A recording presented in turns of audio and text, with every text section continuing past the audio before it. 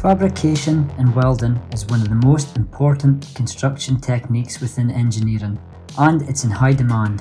It's a vital part of many industries. Here in the northeast of Scotland, welding is typically associated with a career in the oil and gas industry.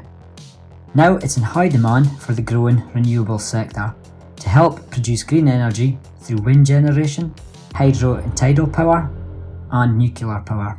Welding fabricators cut, join and shape metal and other materials to manufacture and maintain equipment and structures such as bridges and wind turbines. It's forecast that there will be a shortfall of around 2,500 welders in Scotland in a few years' time. So if this is your chosen career path, it's likely that you'll never be out of work. With huge financial rewards, this could be the opportunity that you've been looking for.